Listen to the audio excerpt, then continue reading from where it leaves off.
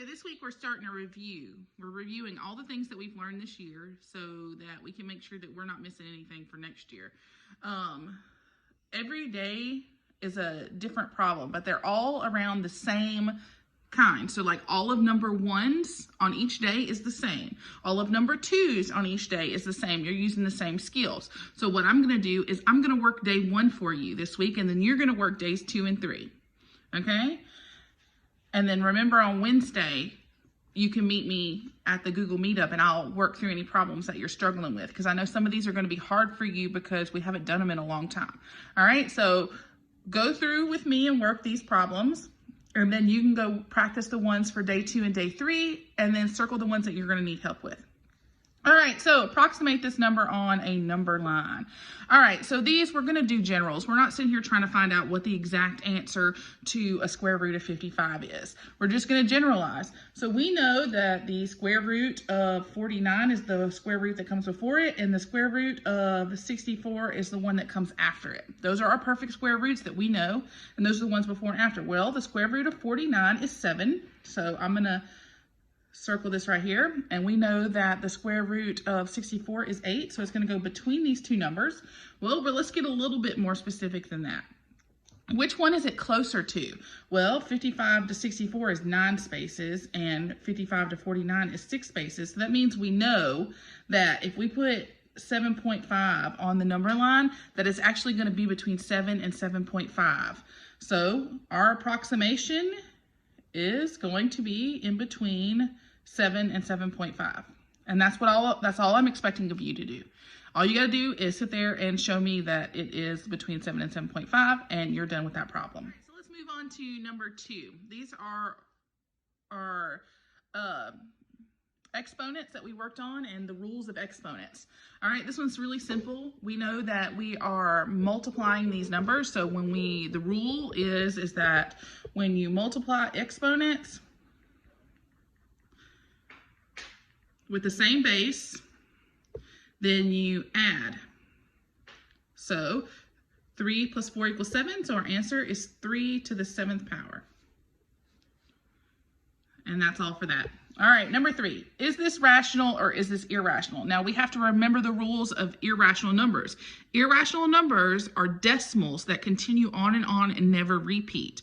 So all we have to do is take our 1/4 and turn it into a decimal. To do that, all you got to do is take 1 and divide it by 4, and you end up with 0.25. Because this stops, it is a decimal, but it stops and it doesn't repeat, then, it is rational.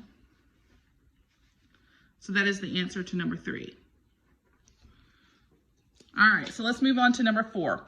Which function has a greater slope? All right, so this one's a little bit more work. You're going to have to write an equation for a line, but we're going to make this as simple as possible. So function A is already done, so all we have to do is pick out the slope. Well, our slope is m. Y equals mx plus b. So we know that m is equal to 2. That one's done. We're good here. So all we got to do is find the slope of this line right here so that we can compare them. All right, so looking at this line, you see how it goes from the top left to the bottom right? We already know that the slope is negative. Okay, and then if you count the blocks it takes rise over run, remember rise over run, it goes up 2 over 3.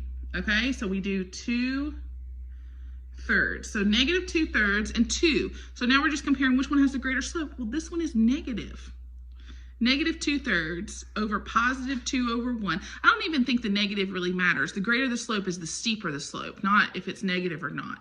But this one is 2/3 and this one is 2 over 1.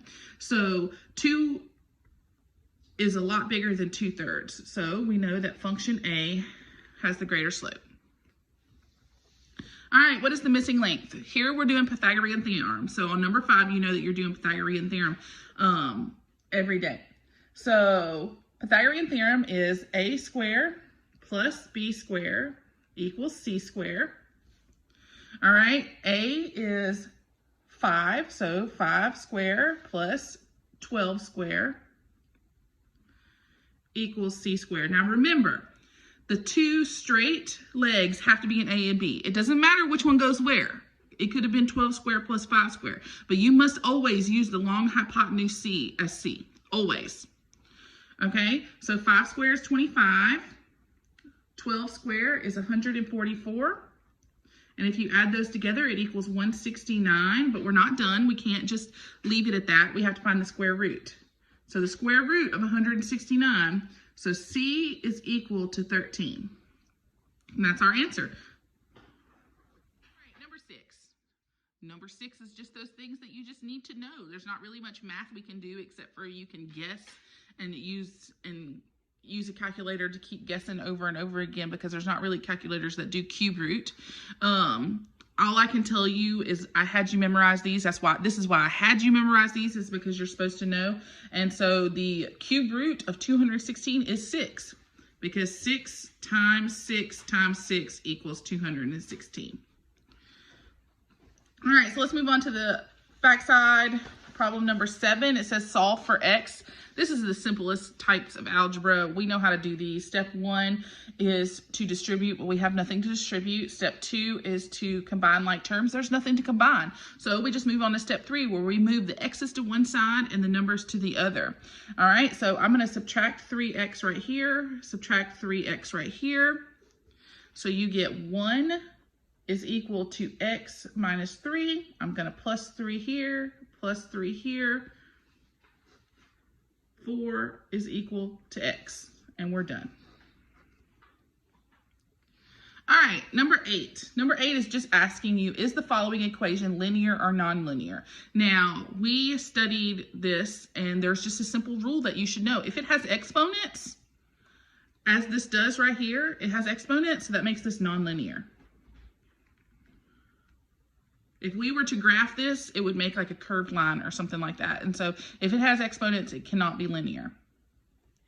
All right, number 9, what is the total number of boys included in the data? So it's asking you for the total number of boys. It does not give us any other stipulation. It doesn't say anything about the colors or anything like that. It just wants the total number of boys. So all you have to do is add up 45 plus 20, which equals 65. And that's our answer, 65 boys. All right, number 10. Which angle is a corresponding angle to angle 4? So we're looking at angle 4 right here. This is the one we got. Corresponding means it's sitting in the same seat. And I know that you might not know all of your vocabulary words right now, because we worked on this right before we got out for the virus. So these might be a little bit more difficult for you, but this is something you probably need to study, because this is something you need to know. All right, so 4 is like, just imagine like this is a table. All right, and number 4 is sitting in the bottom right seat. Well, then you come down here and you look at, like, this is another table, and which one is sitting in the same seat approximately? So the answer is angle 8. So angle 8 is the corresponding angle to 4. Number 11. All you have to do is know your rules, okay? So we know that we have to look to see, does the slope match? Does the y-intercept match? All right, so if we're looking at the slope right here, that's m. This one's a 2 and this one's a 4, so there's no match here. So they do not have the same slope. All right, then we look at their y-intercepts. This one's a 4 and this is a 2, and so there's no match. That means they do not have the same y-intercept. So that means that they are not parallel and they are not the same line. So that means that there is one solution. All right, number 12. So this is probably the hardest thing. We did this very beginning of school, and it is probably the hardest math problem that you're going to have today. All right, this is scientific notation. All right, so you have to separate the portions. You have to put your numbers on one side, so 1.2 times 3.2. And then you have to put your powers of 10 on the other side. 10 to the 4th times 10 to the 5th. All right, so now we have to use our rules. Well, you can just use a calculator to multiply 1.2 times 3.2, and you get 3.84 times, and then you have to use your exponent rules. This is multiplication, so we have to add our exponents. 10 to the 9th, 4 plus 5. All right, the last thing you need to do working further problems, this one's done. 3.84 times 10 to the 9th is done because it is in scientific notation. If you come across one that when you're finished and it's not in scientific notation, then you have to move your decimal and change your exponent.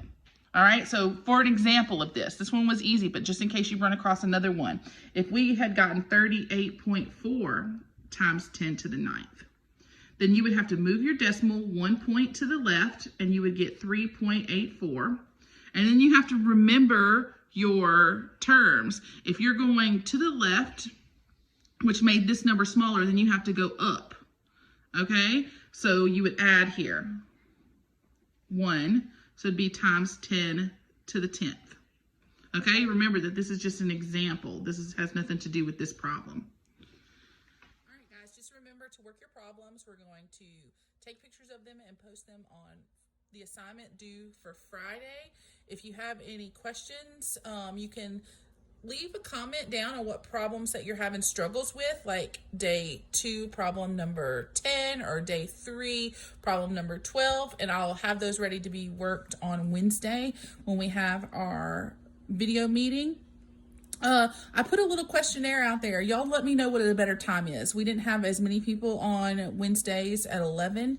So if that's too early for you, let me know. I know a lot of you are sleeping late or sleeping all day and not getting up. So let me know what a better time is. I can do an evening video chat, or I can do a morning and an evening if that's what people want, if we need to separate them. So just go make your vote. What's a good time for you? And I will see y'all on Wednesday.